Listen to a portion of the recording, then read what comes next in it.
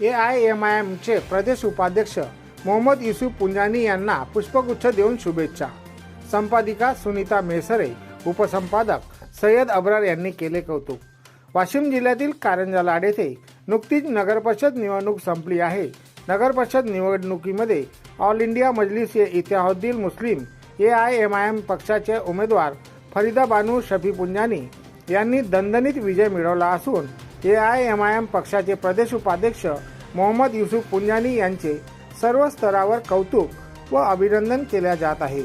महाराष्ट्रामधून एकमेव कारंजा लाड नगर परिषद अध्यक्षपदी फरीदा बानू शफी पुंजानी निवडून आल्याने कारंजा लाड शहराच्या राजकारणात अधिक ताकद बळकट झाली आहे।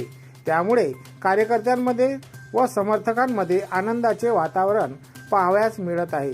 यावेळी इलेक्ट्रॉनिक्स मीडियाच्या संपादिका सुनीता मेसरे व उपसंपादक सय्यद अब्रार यांनी AIM पक्षाचे प्रदेश उपाध्यक्ष मोहम्मद युसूफ पुंजानी यांची भेट घेतली असता त्यांनी शहराचा सार्वजनिक विकास, स्वच्छता, पाणी पुरवठा, रस्ते, आरोग्य व शिक्षण या मूलभूत कार्यावर अधिकाधिक भर देऊन सर्व नगरसेवकांना सोबत घेऊन कारंजा शहराला सुंदर बनवण्याचा विचार त्यांनी यावेळी व्यक्त केला।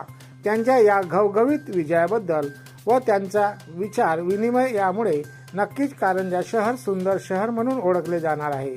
त्यांच्या या कार्याबद्दल इलेक्ट्रॉनिक्स मीडियाच्या संपादिका सुनीता मेसरे व उपसंपादक सय्यद अब्रार यांनी AIMIMचे प्रदेश उपाध्यक्ष मोहम्मद युसूफ पुंजानी यांना पुष्पगुच्छ देऊन त्यांचे कौतुक केले व त्यांना पुढील वाटचालीस शुभेच्छा दिल्या।